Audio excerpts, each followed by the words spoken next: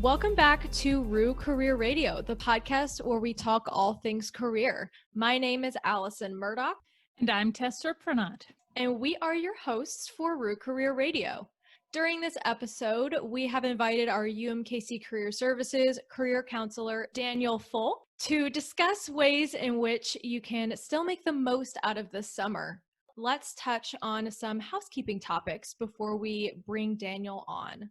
Yeah, so Career Services is going to remain virtual throughout the summer and into fall semester. We will be doing virtual one-on-one appointments and virtual workshops, even if the campus is open. So for a full, complete list of the upcoming events hosted by our office and by many of our reputable employers, please go to Handshake and check them out under events.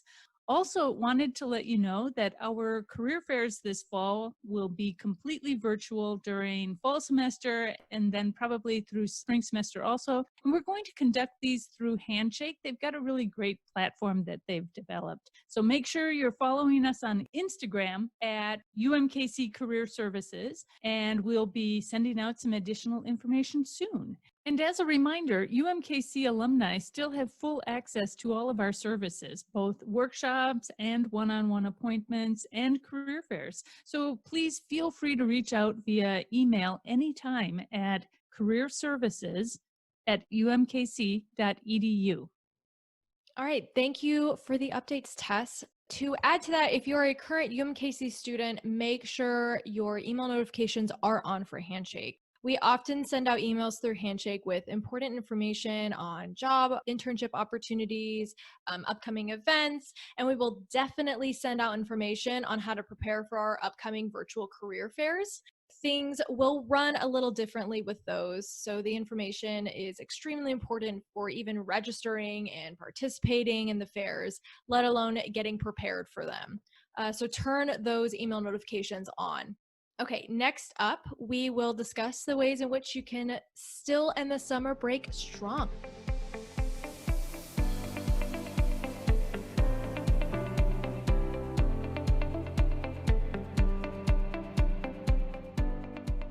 Now, let's introduce our career counselor, Daniel Folk. Daniel, thank you for coming onto our little podcast.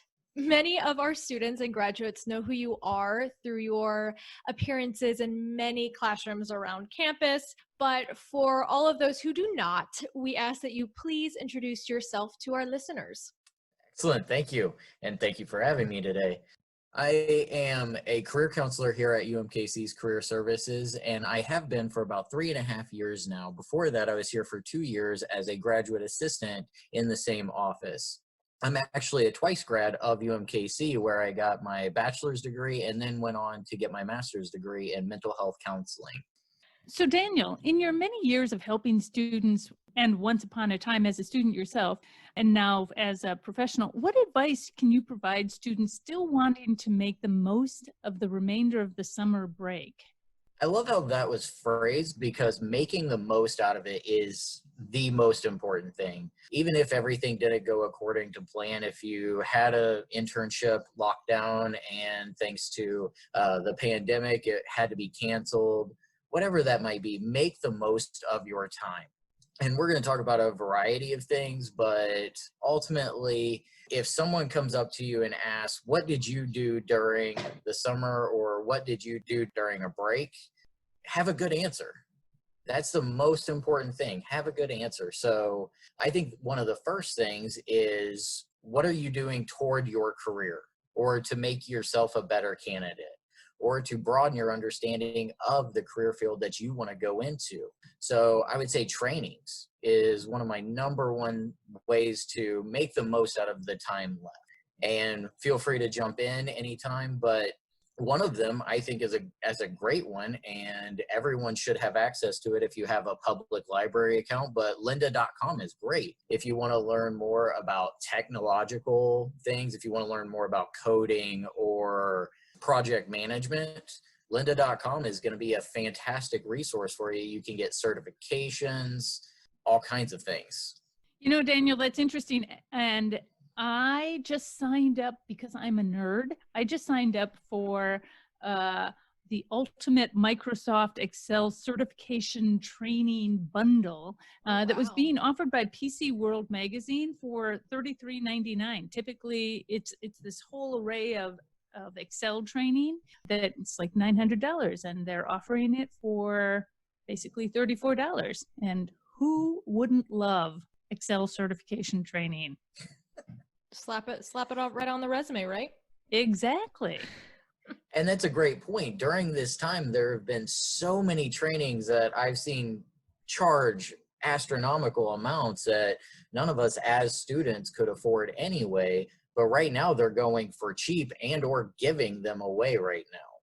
I am currently taking through the public library a sign language course. Oh, fascinating. Not that it's directly related to my career, but who knows when it could be. And I am very much a visual learner. I've taken one sign language course during my undergrad, and I remember almost every single word from it. Wow. Still valuable though, even though it may not be directly related. Sort of related. Exactly. Awesome. Well, can we talk about informational interviews, people? Yeah, because every student loves the idea of scheduling informational interviews. What the heck is an informational interview? Well, and maybe the most exciting part is just cold calling someone you have no idea who they are or what their personality is and saying, hey, could I talk to you for a little while? Will you talk Easy to me for multiple peasy. hours? So an informational interview, it doesn't actually have to be multiple hours. It can actually be a very quick 30-minute, 45-minute, hour and a half conversation. You can play it by ear based on who you're talking to.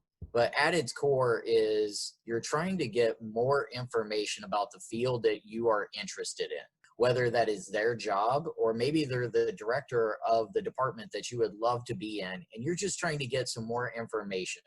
Maybe what's the culture of that environment look like? Is it very collaborative or is it very competitive? What are the benefits like? What's a daily experience in that office like? I love informational interviews. And I keep telling students all the time, it's really not that hard to get them scheduled, even if you are cold calling. I think Allison, Daniel, myself, we all talk to alumni of UMKC all the time. And one of the first things I always say is, I would love to chat with students. How do I get in front of students? Can you get me connected? I'd love to be a mentor. Going out and scheduling these with a UMKC alum as a way to get started is really something not that difficult. And you already have a connection because you went to the same school.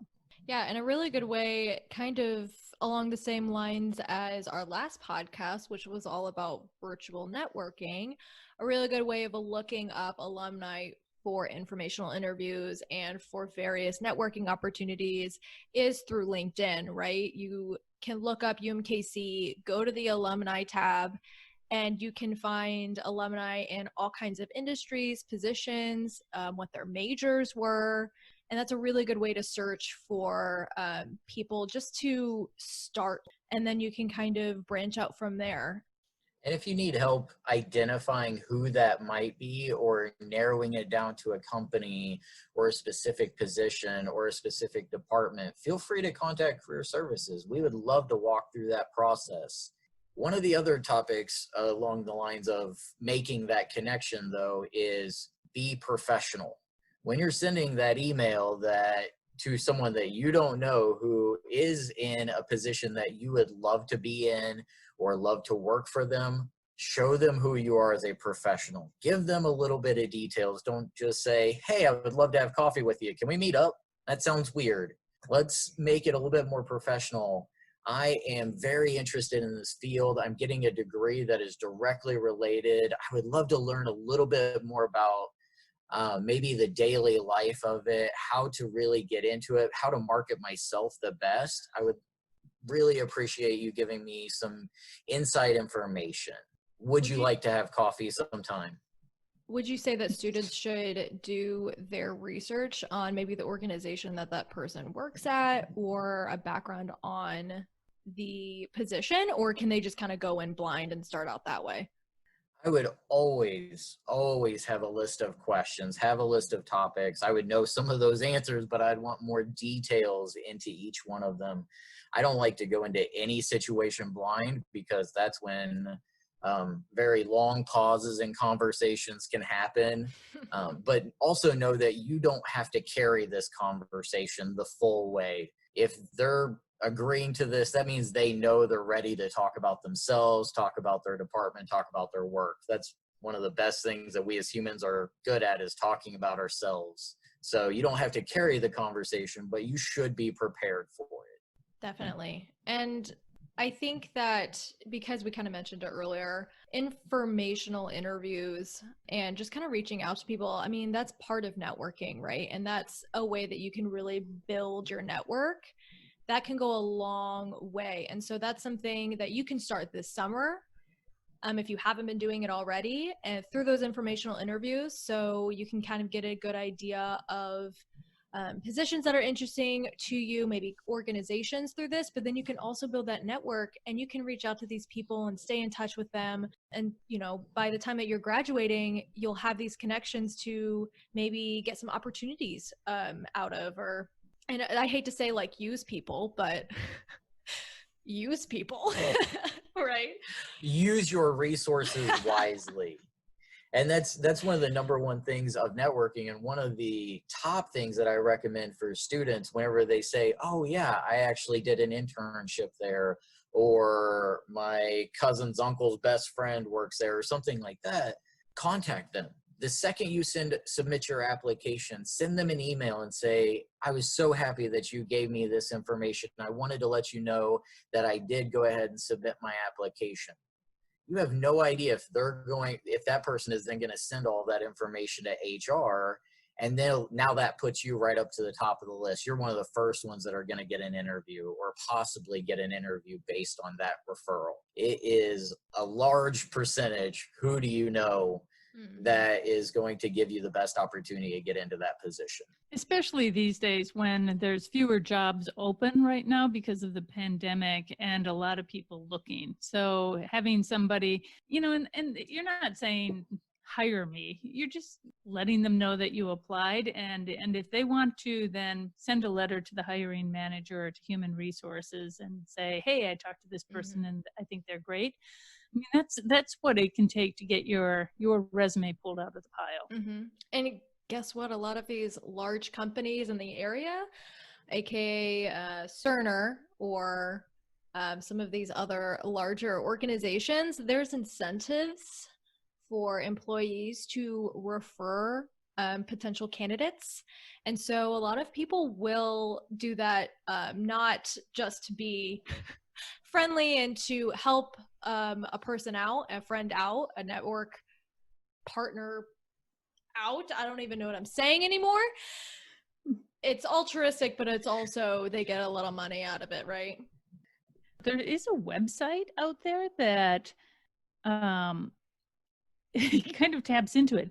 It seems kind of unethical, but you can actually like buy people's recommendations that get, it's a clearinghouse for, so some of these companies, they give a bonus to people if they make a recommendation. And so you can go there and say, you know, will you give me a recommendation? And here's my resume. I'll talk to you for 20 minutes if you want, if you feel better about it. And then the person will say, okay, fine, I'll put your name in. Oh my God. I just heard about this and I was thinking, I'm just not sure if that's a good idea, but it's out there.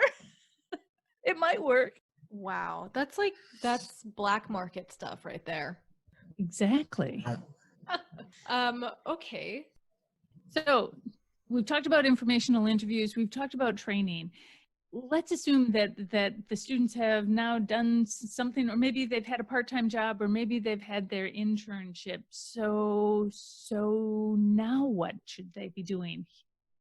My number one piece of advice is update your resume. We as students and as professionals in the field are constantly doing things. And if you were completing some trainings, completing certifications, maybe you were in a summer organization and you planned a massive event. Now let's say you wait and you don't do anything, and 6 months goes by and you want to apply for a new position. Well, how many people were at that event? How many vendors? How did you organize that? What was your role compared to someone else's? It's really easy to forget all the details of certifications, of trainings, of events that were planned or internships that were completed if you don't write it down quickly. Go ahead and fill out those bullet points within your resume. Maybe even fill out 10 or 15 of them, so that way whenever you need to go in and tailor your resume for a specific internship or position, it makes it a lot easier to do. And I think too, along the same lines though, people, or really students and people, anybody, not just students. Students are people. No, they're not. They're just different. clarifying. No, they're not. No. Just kidding. I love you, students. So people in general, I guess, a lot of them don't really know, I guess, how much detail to add in their bullet points, right? And so like you're talking about adding in numbers and how many people attended these events and things like that. I just don't think, I mean, even if they were to do that right after they finish that experience, I think it's hard for people to know how much detail they should be adding in, period. You know, I'm so glad you mentioned that, Allison, because I think that's one of the things that we always struggle with when we are talking to students. You know, how do you quantify things on your resume? And so many students think, I can't. What I did wasn't quantifiable. And yet there's usually something. Yeah. Yeah, there's generally always a way to do it. And I think we also get bogged down in the minutia of what we did. So we see it from a day-to-day perspective of what we did, and it doesn't seem that important or that influential.